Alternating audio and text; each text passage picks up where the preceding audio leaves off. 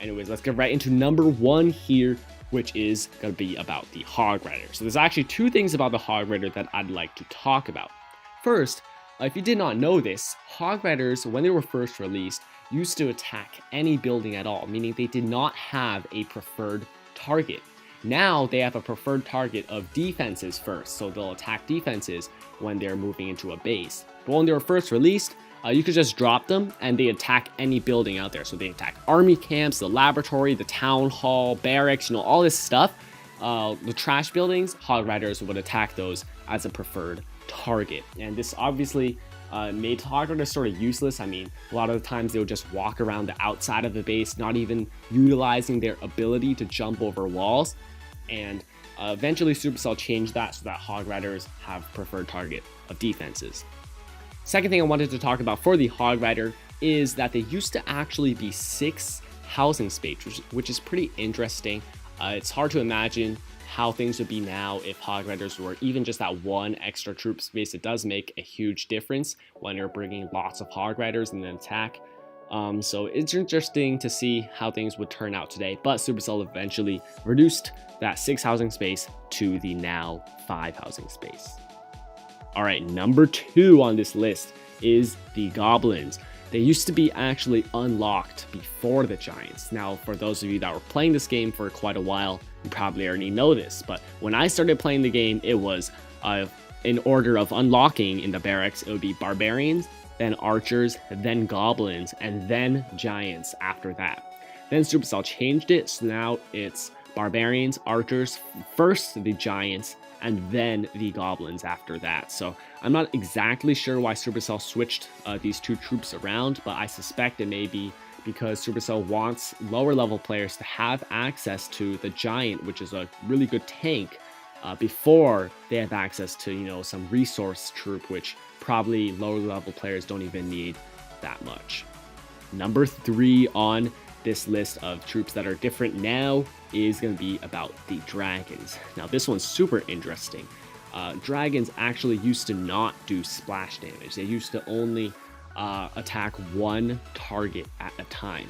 So this may not have a huge difference on offense when you're using Dragons to attack a base, but when you're dealing with CC troops, whether it's the enemy CC troops, whether the enemy Dragon comes out and attacks your troops, they used to only attack 1 troop at a time. So if you're using Dragons and the enemy CC comes out with like 30 archers, you're in a lot of trouble because the Dragons used to only be able to attack 1 archer at a time. They did not have that splash damage capability, so it was just so annoying if the guy had so many archers, so many barbarians, whatever, that Dragons were so useless against those. So eventually Supercell did make it so that Dragons do splash damage, and now they can basically take out a whole group of archers in just 1 fire breath, which is super awesome.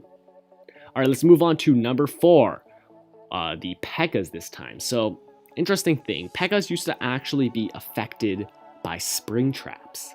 Think about that for a second right there.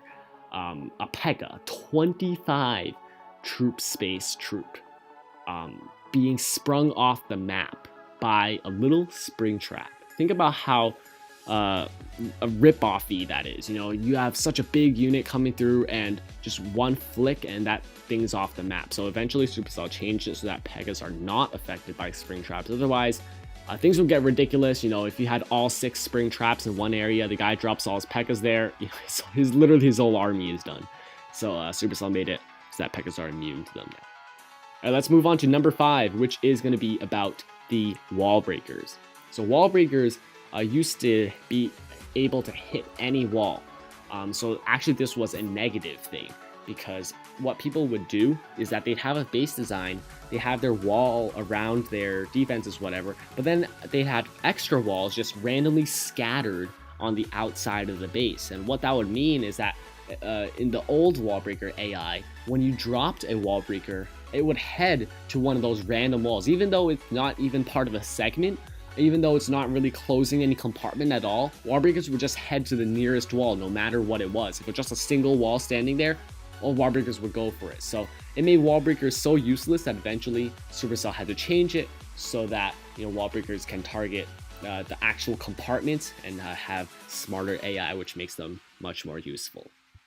Alright, let's move on to number 6 on this list. We're going to be talking about the wizards, and similarly to the dragons, wizards actually used to not do splash damage, like I said about the dragons, so they'd only target one building or one troop at a time, which made it very frustrating. Once again, if a bunch of archers or barbarians come out of the enemy war CC, you're sort of in trouble because the wizard can only target one of those troops at a time. So basically a wizard just used to be a stronger archer, but now it's a stronger archer that also does splash damage, which makes it so much more effective.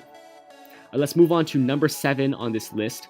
We're going to be talking about the balloons this time. So balloons, they actually used to not have that splash damage upon death. So, you know, they just drop their bombs, and then when they get killed, nothing would happen. Nowadays, it's when they die, as they're dropping, they do a little bit of extra damage, which is a really neat thing because it just opens the door to so many possibilities. You can now just drop one balloon to take out a mortar, one balloon to take out a Tesla, when it used to have to require 2 balloons because there wasn't that death damage.